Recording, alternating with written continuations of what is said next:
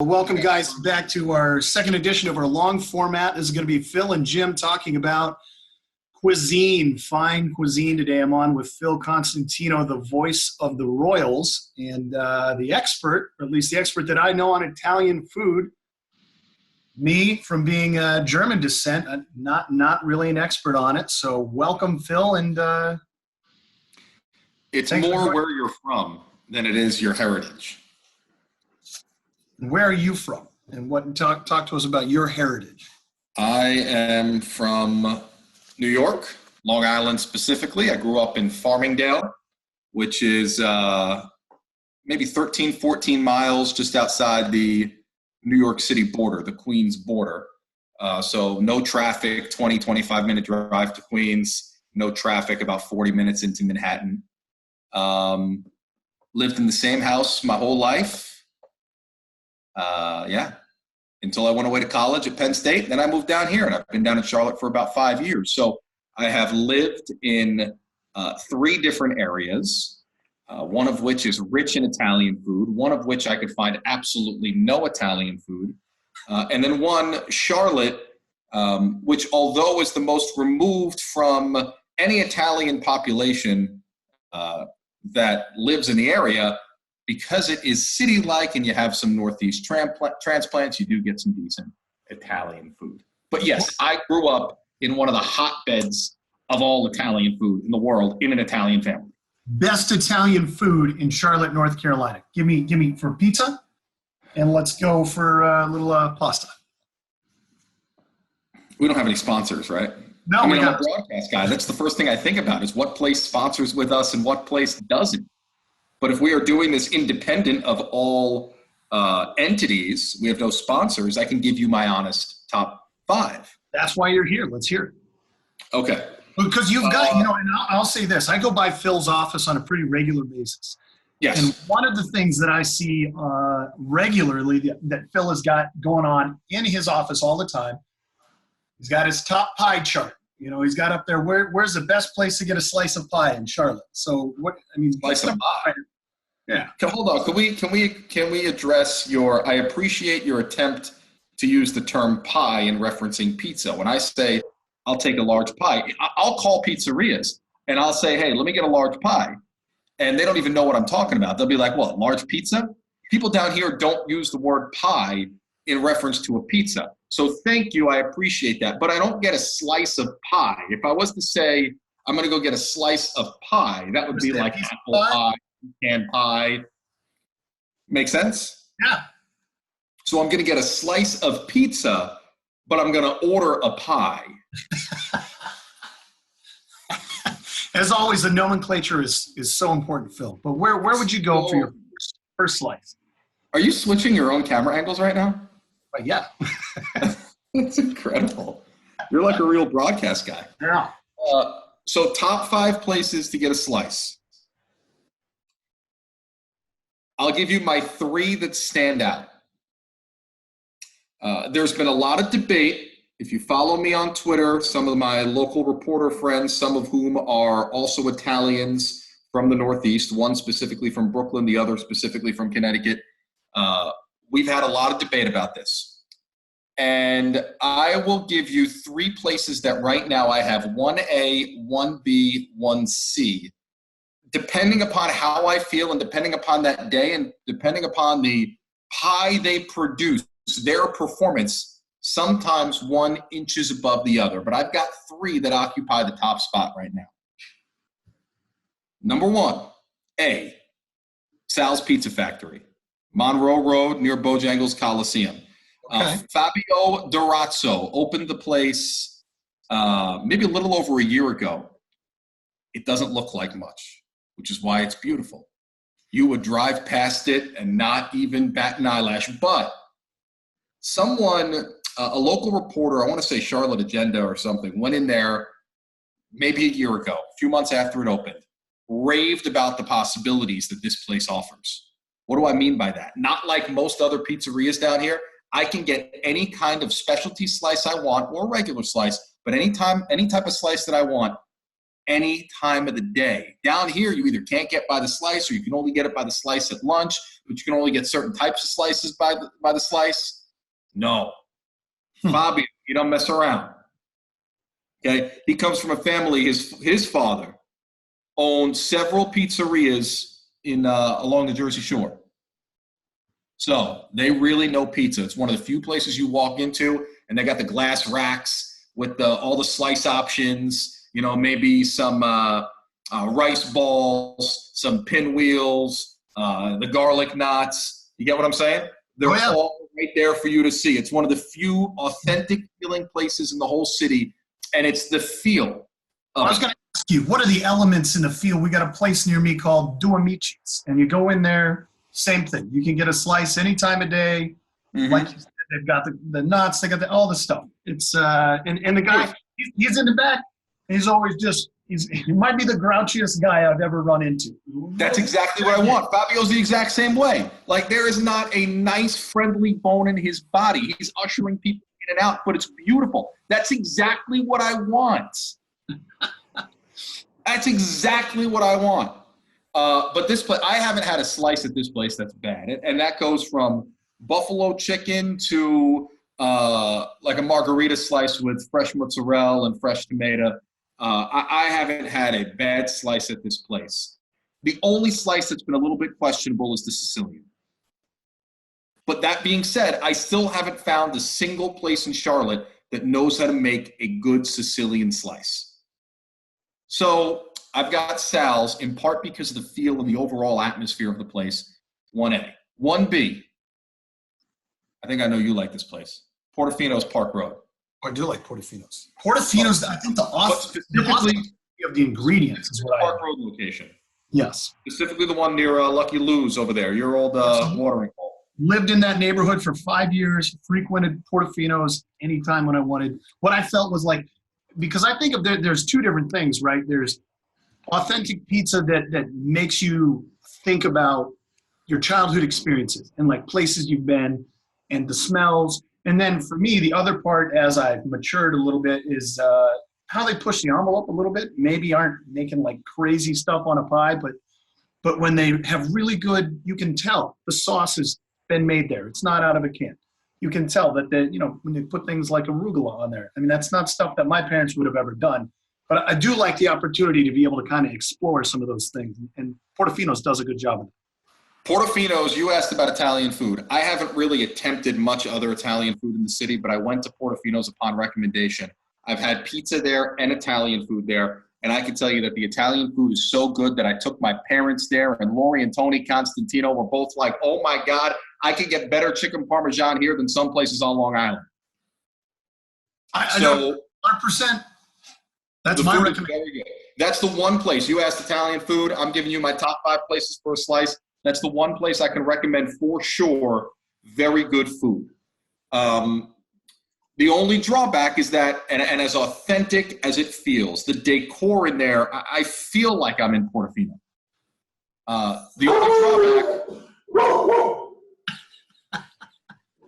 Bella, stop barking. Thank you. Bella. I don't have her treat bag. Usually I would toss a treat. You good? Okay, good girl. So Portofino's, the only drawback, though, is that I can't get it by the slice because it's a restaurant. The other one that would be 1C, I literally just tried this place a week ago. So I moved into my current apartment about 8 months ago. I didn't know. Thank you, Bella. Thank you. I didn't know that this place was only 1.5 miles away from me and next to the supermarket that I frequent. And that is Luigi's on South Tryon in Steel Creek. I've been to Luigi's twice. It comes highly recommended. I'm talking about Tommy the V, my paisano from Brooklyn, who's the media director for the Charlotte Night for about 10 years. I trust that guy with anything Italian food. He's a real Goomba, you know what I mean? Tommy the V said you got to try Luigi's. He swears by Luigi's. Get the calzones. Okay. I've been there twice, 2 times in a week, of course. I don't mess around. The regular pie, I got a pie half regular, half sausage and pepperoni. So one side is just plain regular. The other side, it has 2 toppings on it. That's my normal go-to order. Test it out. Regular slice there, phenomenal. Unreal good. Closest thing, most authentic thing I've had to New York. I called it on Twitter very Brooklynese. It was beautiful. Now, if people want to engage with you on Twitter, what's your handle? How are they getting a hold of you? Phil Constantino. One word, one name, no numerals, no underscores, no special characters, no spaces. I didn't flip my name, at Phil Constantino. Reach out. Talk a little bit about pizza. There's nothing that gets me more passionate, more so than sports, more so than the dog, anything. Pizza. Love pizza. Italian food, really, but pizza especially. But yeah, so those are my 3 places that are 1A, 1B, 1C. Luigi's did not have a good Sicilian pie. I mean, I didn't even finish it. I was not a fan. But nobody can get the Sicilian dough right down here. It's just too dense. I mean, what is it about the Sicilian dough that makes it different? I mean, it's like you can look at it. I looked at the pie, and I could see in the corners, it looked like this thick block of dough. And it should be, even though it's a little bit thicker and it's a squared off pie and it's cooked in a pan, it should be still light and fluffy and airy. It shouldn't feel dense. Okay, I've got to put. I wanted to. I'm gonna share this real quick. I want people to really be able to get in on this. Here's what you're. Oh, here we go. Can you see that, Phil? There I am. That's see. me. We'll see. Hopefully, so this is your guy, the voice of the Royals. And look, literally every picture that I have shared is the Godfather Pizza, cappuccino, finished pizza, more pizza. That's right. That's all we talk about. So if you're interested with engaging with Phil, you got to get on Twitter here at Phil Constantino. And if you scroll down, literally every other tweet is Queens this, Queens that, cappuccino pizza. I see lots of Queen stuff. Oh, there we go. Friday. Yeah, so you see what I mean? If you look at the corners of that pie, it looks dense. The minute I saw it, look at the bottom left, the bottom right corner. Yeah. It's too doughy, it's too dense. That you don't want that in a Sicilian pie. The minute I saw that, I said, oh my God, I made a bad decision. Now the calzone that I had that night, I had regatta cheese oozing all over me. Forget about it, it's beautiful. Hey, look at that puppuccino right there. That's nice.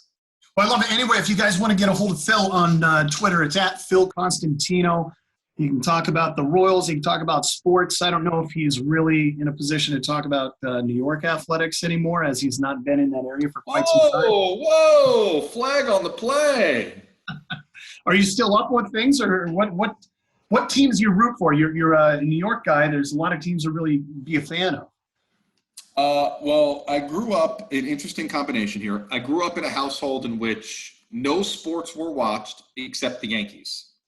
My father became a Yankee fan when he was a 9-year-old kid in 1960.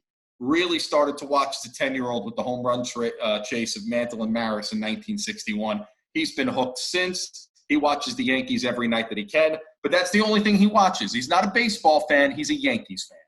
He doesn't know about anything that goes on in the National League. A couple of years ago, Yasiel Puig was one of the biggest names in the sport. I mentioned, Dad, you see this guy Puig? He goes, who the hell is that? He doesn't know. So he watches the Yankees. Over time, I became loosely a New York Jets fan because there was a coach who, he's not with the Dallas Cowboys, actually, Marcus Paul, who lived a couple houses down from me for a few years. He was with the Jets. He's a strength and conditioning coach. And I became a Knicks fan by default because who was going to root for anybody out in New Jersey? And the Nets weren't in Brooklyn yet. We don't root for New Jersey. So I became a Knicks fan by default. And I became an Islanders fan because I was about 10, 15 minutes from the Nassau Coliseum, go to a couple of hockey games. I kind of felt bad that they were bad. Boy, have you seen the 30 for 30 on the guy that purchased the Islanders? Oh, it's fascinating. It's one of my favorite ones. What's the name of it? It's like, I don't know, something about like writing bad checks. But if you we're all in quarantine right now, if you're looking for quality. Oh, that's phenomenal. Kevin Connolly produced and narrated the thing, right? So good. Yeah. So good. About a guy who purchased the New York Islanders with not a lot more than a promise and a handshake. It's a fun ride. And I mean, if you don't know about the New York Islanders, you're from like me. You're from a place like South Dakota or Wyoming, where you're an Avalanche fan, a Patrick Law fan. You like winning hockey, I guess. Check it out. It's interesting. 4 straight Stanley Cups. No, I wasn't alive. 4 straight Stanley Cups. Okay. Back when there were 10 I had a people. Bobby Nystrom bobblehead in my bedroom. Love it. So I went to, I will never forget this. The first ever Islanders game I went to was when I was like a Cub Scout. It was like a 10-year-old kid. Mm-hmm. They were playing the Minnesota Wild. It was in 2002. It was about a week after the Salt Lake City Olympics. And Sarah Hughes, the Olympic gold medalist figure skater who grew up maybe 20 minutes from me, was at the game and walked out on the ice and was honored beforehand. It was a whole big thing. Local hero, just won the gold medal, shocked the world. One of the biggest upsets that, honestly, one of the more underrated upsets, I think, in the history of sports. She wasn't even barely supposed to be on the Olympic team, and she wins the gold medal. And, and they gave out Bobby Nystrom bobbleheads with Mr. Islander at the bottom. And for whatever reason, that sat on my dresser in my room for years. But I was not a huge Islanders fan. I watched a little bit in the mid-2000s when they had Michael Pekka, Alexei Yashin. They were decent, made a playoffs or two, but always lost in the first round because that's what the Islanders do. I don't think they got out of the first round of the playoffs till last year, for the first time in like 20 years or something.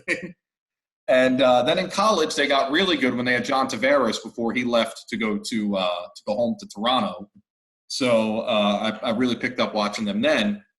I don't work at all in hockey. Ice hockey, I called a little bit of some hockey action in college when Penn State started its D1 program, built that new facility. But I don't deal with hockey ever. And I was not a huge hockey fan as a young kid. So it's the one sport that I still watch that I can enjoy as a fan and not think too much about the broadcast and what's happening around it. So if anything, I'm a bigger Islander fan than anything right now. And that's an interesting point. And I think one of the things that a lot of people wonder about is you and I work in athletics, right? It's a 24/7 thing. You're a little bit more diverse than me where you're calling multiple sports throughout the year. You don't obviously love every sport. Not all of us do. But what are your favorite sports? Not to call, but to watch. Like my favorite ones to watch. Yeah. My favorite ones to watch are all the sports that I don't work in.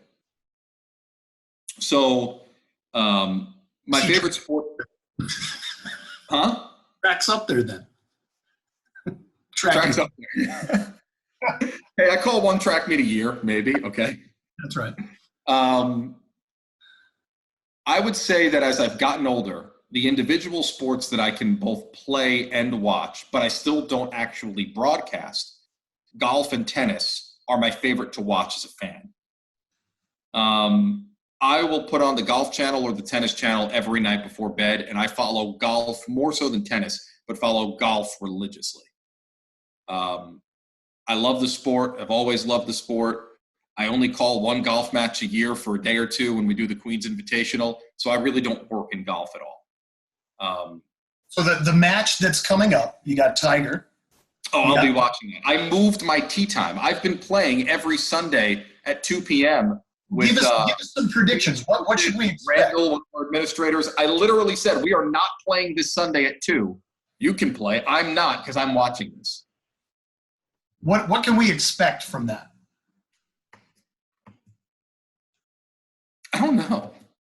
Like, I don't know how good a Peyton Manning is at golf. You know what I mean? I know that Peyton Manning or Tom Brady are good, especially Brady, because we've seen them play in pro-am events before.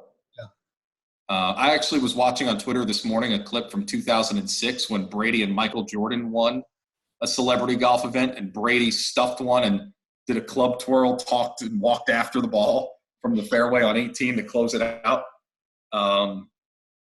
I'm just as interested to see that as I am interested to see what is the current state of Tiger's game, because Tiger in April said he'd have been ready for the Masters, but after he won the Zozo back in the fall and played at the President's Cup, remember, he pulled out of a couple events because he was a little bit tight in his back or he wasn't 100%. And gearing up for the spring season, he had actually been a little bit dinged up and not 100%.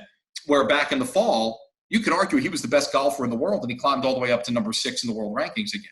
And he was playing better than anybody. So I'm just as interested to see that as I am interested to see what do Tom Brady and Peyton Manning have.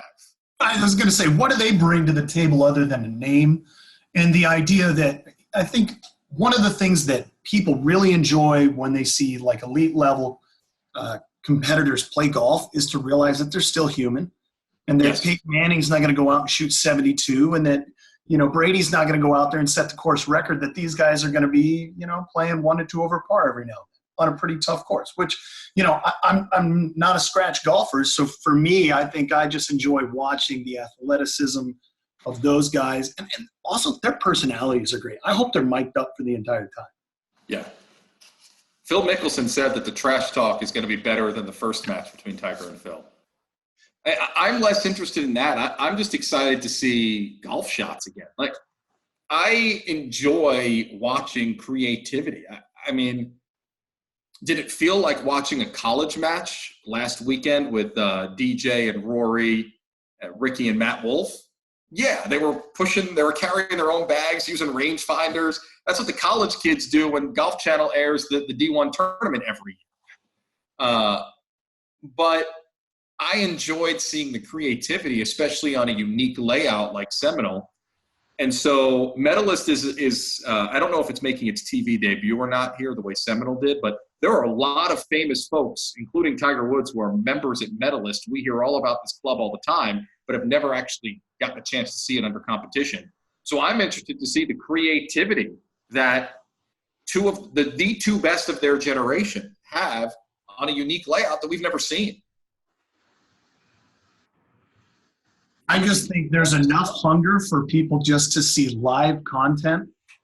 They could be showing these people, driving cars that are on fire in a demolition derby, and I think you'd have 2 to 3. Do you think people will watch that? Because I didn't watch an ounce of NASCAR last week. I don't find it interesting. I'm a NASCAR fan. With me, I didn't turn it on. I would have watched NASCAR if Tom Brady and Peyton Manning were driving 100%, because there's a novelty piece to it. If you ask me, will people just watch NASCAR just because NASCAR is better than nothing? No. Just like me, I didn't tune into NASCAR. I've never watched a whole NASCAR race. Have you watched a NASCAR race, like a whole thing? I don't know anybody that does except for the diehards. I mean, it's the same. Vroom, vroom, vroom, vroom. There's no variety to it. No, I mean, all right, and I'm not going to hate on another person's sport. No, because I'm hating on NASCAR. There are a few things as a broadcaster and a sports fan in my lifetime that I will never understand. One of them is auto racing. I just don't get it. It's the same thing over and over again. Well, how do you broadcast racing? Huh? How do you broadcast a 3-hour car race? Like as a commentator, credit to the guys who do it on radio and be continues to do laps. I don't know. I will say this. NASCAR's got a couple things figured out right. They've got, from a visual standpoint, when they pull out and they show the front pack, they've got a little GPS target on each one. It shows how fast it's going, what the RPMs are going. So if you're a motorhead and you're thinking about, and that's one of the things I think you and I probably don't get a lot, is that with each race, there's a different mechanical setup for that car. So there's that variable of it. There's also the variable of the endurance. If you just ever driven a car 200 miles an hour, there's a lot of physiological stress. They also show the heart rate of the person that's driving the car, so you see that type of stress. And then the mistakes, that the pit crew's making. So I can understand that there's some drama. But that's like the XFL. The XFL peeled back the curtain and showed you a lot of behind-the-scenes footage of football that no one had ever seen before. For the first couple of weeks, I found it interesting. I really watched the XFL, and I'm not a huge football fan. I just like to see details and educated discussion. And the fact is, the pandemic is what prevented the XFL from even having a second season and ultimately folding. But was that going to build the league? No. What was going to build that league was whether or not they could build an identity around the sport, build an image of celebrity behind the sport. That's what was going to build that league.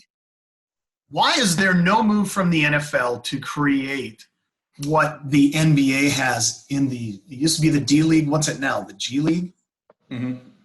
Why is there no movement in the sport to do that? Because I think there is certainly because college football is such a good breeding ground for it. They don't need it.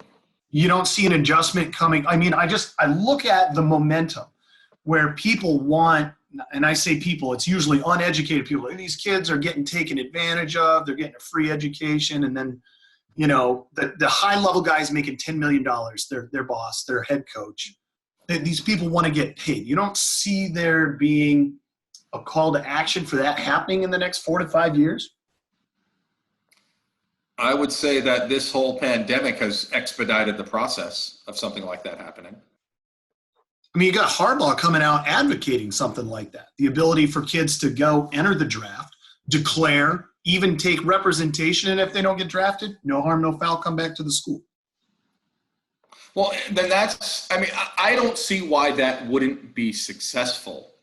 But you have to realize what is good about the NBA G League and what isn't. The average fan isn't just watching the NBA G League on television. No. It's regional. It's regional and it's local entertainment for small parts. It's like minor league baseball. People in small towns go for things to do. So I watch probably more G League basketball than most because I would keep up on what Todd Withers was doing, what Mike Davis was doing, his short stint in the G League. And so I would pull up the stream more so than most people. But when I would pull up a Facebook live stream of a Grand Rapids Drive game, at the time, it tells you how many people are watching, and it would never be more than like 115 people. But that's, it's live entertainment. So we had a G League team when I lived in Sioux Falls, South Dakota. And for me, it's local entertainment. We had a great market for minor league teams. Sioux Falls Skyforce. We had the Sioux Falls Skyforce, minor league basketball. You've got indoor football, arena football. And then we also had on top of that a really successful hockey program. And I know, like, even where my parents live on the other side of South Dakota, it doesn't sound like a lot, but they sell out 5,000 people for every hockey game, and they have 30 hockey. A city like Sioux Falls, that works, a small city. Agreed. It's small market entertainment. Live and entertainment. I don't know that the G League owners actually generate revenue. A lot of minor league teams, and I've worked in minor league baseball to know this, the ownership groups and or individual owners that purchase minor league teams know they're not going to make money off of it, but they purchase it to expand their brand. Some purchase it for fun, to get involved in athletics. No matter how much promotion you can do, certain markets won't work. We really struggled. I spent the summer in Kannapolis, and they just rebuilt the stadium. They brought in a new GM, and I think that they have some things going the right direction now that they're downtown. But it was an old, small, dumpy ballpark off the side of the highway in a town that, because the mills closed down years ago, population was dispersing from. But meanwhile, down the road in uptown Charlotte, the Knights moved to a gorgeous uptown park. Folks from Kannapolis would skip over us to go down to Charlotte to watch a better, higher quality game in a nicer ballpark, nicer city. They were the AAA team of the exact same club. And so, like, Kannapolis is a tough market, is my example. And so the vast majority of those minor league teams are not making a ton of money. And the G League is the exact same way. People don't even know the G League exists.